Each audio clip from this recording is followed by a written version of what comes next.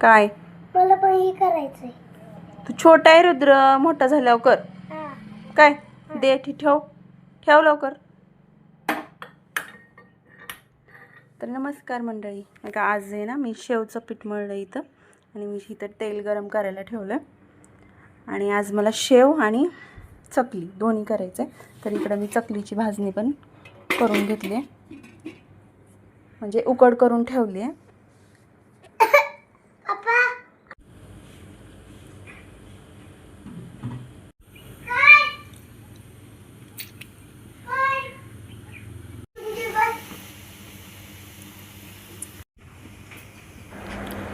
तर आत्ता माझी शेव बनवून झाली.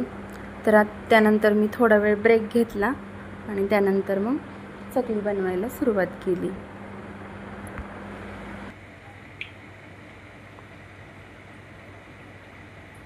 इथं मी एका शेवग्यात बसल एवढं पीठ मळून घेतलं आणि त्याच्या चकल्या बनवल्या. तर मी सगळं पीठ मळून घेतलं नाही, जर शेवग्यात जेवढं बसल तेवढंच पीठ प्रत्येक वेळी मळून घेतलं आणि त्याच्या चकल्या बनवल्या.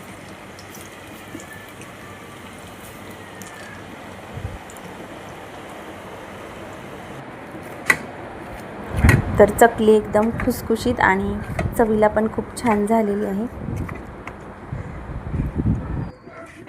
झाली चकली. होय, किती लय? किती बनवू?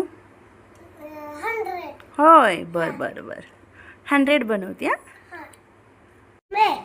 तू तिकडे जाऊन मोबाईल बघा, त्रास येतो ना तुला.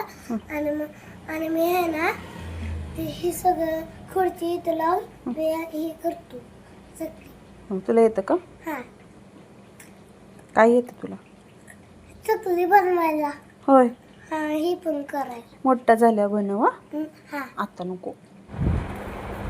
तरी इकडे रुद्रचे पप्पा तोप उडवत आहेत आणि रुद्रांश नेहमीप्रमाणेच घाबरून घरात जाऊन बसलाय.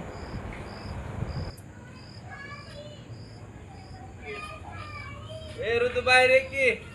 अरे इकडे ये, इकडे मी आहे. भेटूया नेक्स्ट व्लॉगमध्ये. बाय.